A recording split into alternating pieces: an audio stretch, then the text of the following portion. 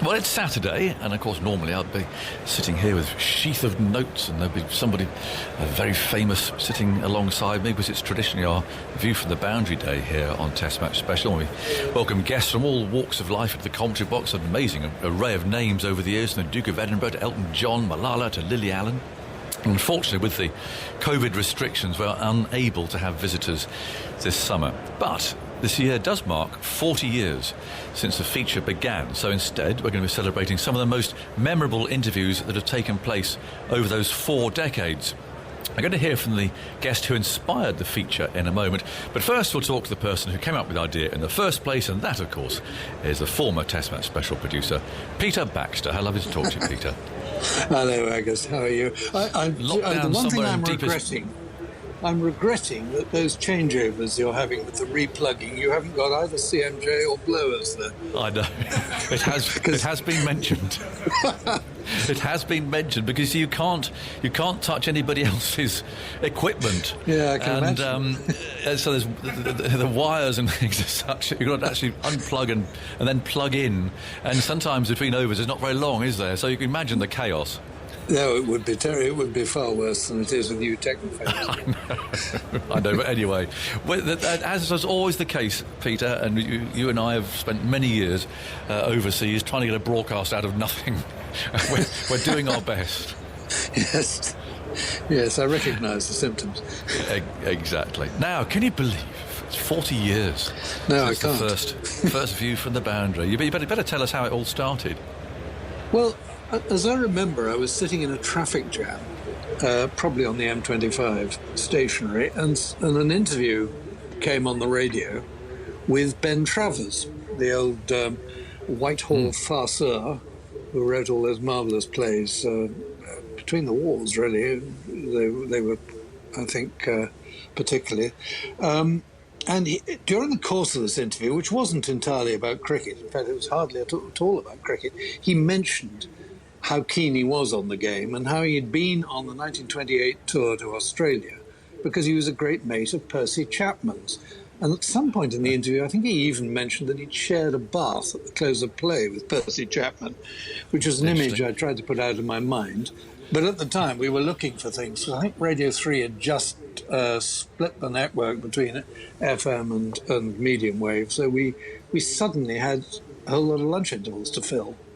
And I suddenly thought, just sitting there, I thought of a number of actors and musicians and people like that who I knew were keen on cricket. And I thought, I think we could get a feature out of this. And that's really how it started.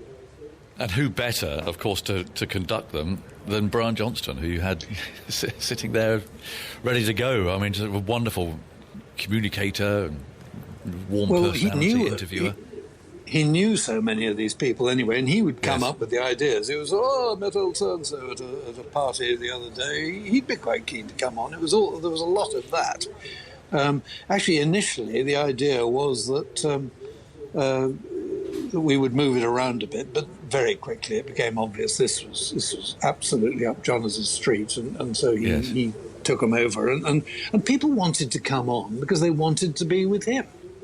Yeah, absolutely. No, I remember the thrill of them sort of wide-eyed coming, great celebrities, wide-eyed coming to the commentary box. The stars were starstruck, weren't they? They absolutely were. I seem to recall that a very good source of guests was the Lord's Taverner's Handbook, because of course there you had lots of actors, all their names and addresses and phone numbers in those days, and you could just ring people up and on they'd come.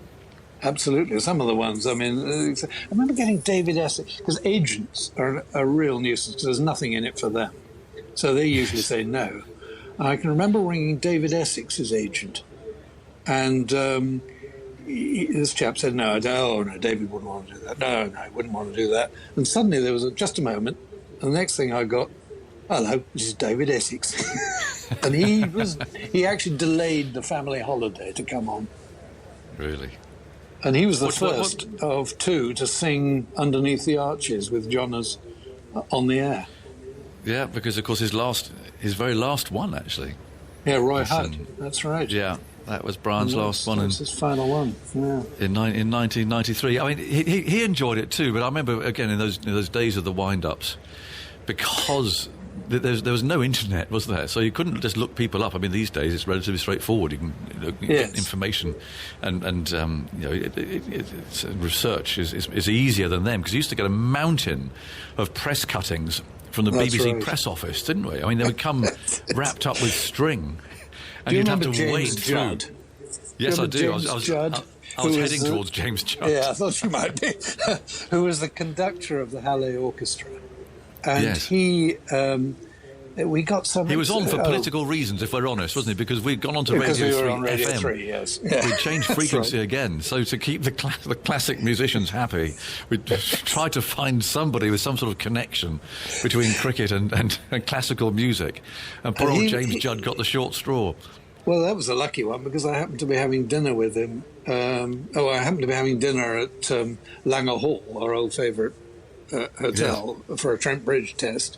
And the next table, our hostess said, "Oh, this chap's been at the cricket all day." Well, I got talking to him. He was dining on his own as well. And he turned out to be this famous conductor. And he'd been at the cricket all day on his way up to Manchester to conduct an orchestra. So, and of course, all the background research was novelled principally by David Lloyd, who was working for us at the time, dear old Bumble. And so, even down to the fact that this surprising extra information that arrived was that James Judd, this Philharmonic Halle Orchestra conductor, kept ferrets. That's right. And his nickname was Ratty, which surprised John as a bit, didn't he? But he gobbled it all up. He thought, this is excellent stuff. There's all sorts of other things in there. And so poor old James Judd was greeted as hello Ratty. He was a bit startled.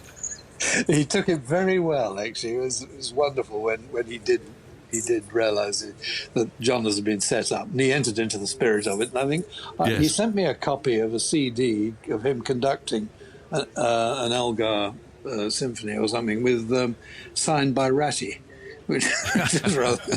What was the other thing? He was sponsored by Weetabix to conduct the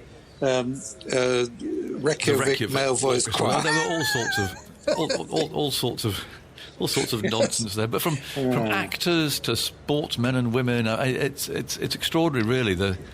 Just the range of people who have been on, isn't it? Have you got what are your sort of favourites? I'm looking at a couple here that have been written down. I mean, Christopher Lee. Imagine interviewing Christopher Lee. The one that I'm disappointed I missed out on is Donald Sinden, who I met in London. 2 or 3. I can't remember, he died now. But anyway, he was telling me that he had watched Bradman bat. And I said, "Oh, please come on the programme." I think he'd have been brilliant. What a man! We tried to get him. Yes, we tried to get him a number of times, and it was always he was filming or he was doing. And there were one or two others like that who I think. I can't remember. Big disappointment. At the time, we hadn't had a female guest on, because they always, whenever you approached them, they said no. And who was it? It was Peggy Ashcroft, Dame Peggy Ashcroft, great Shakespearean actor, and she wrote me I invited her on, and she wrote me the most charming letter, really delightful letter, saying how much she loved the cricket and loved Test match, but she just didn't feel that she'd be up to being interviewed. And trying to reassure people, you won't be quizzed on your detailed knowledge of cricket. Absolutely, they are. Yes, people do get scared easily. They think that they've got to sort of recite wisdom or something to come on. Whereas all you want to do, I mean, it's very important that you establish the fact that they do like cricket. That's always important, I think. I mean, listeners get quite grumpy if there's someone there who they don't think actually is genuine, and they don't think they really like cricket enough to be a view from the boundary. But it does sometimes. You have to persuade the people themselves that just come on and chat about what you like about cricket. And that's where it starts. Brian used to soft pedal when he thought that they didn't know much about cricket, and sometimes almost a bit too much. I remember Max Jaffa. The old violinist? He came off the air afterwards saying he didn't ask me anything about cricket. He was furious. Brian would come up to me and say, "I didn't like to go into cricket. I didn't think he knew anything about it." No, it is. It's a challenging thing to do as well, because you are entirely in the hands really of the guest. And if they are a little bit nervous or whatever, you can't hand off for a weather forecast or travel news. You are with the guest, aren't you, for the whole thing? But and sometimes you run out of your questions in the first 5 minutes, don't you? I did once. It remains my favourite part of the programme, though. Actually, yes, you meet some amazing people and just sit there and chat. So well done, Peter. Thank you. Yeah, thank you for setting it all up, and thanks to John, of course, for making the feature what it is.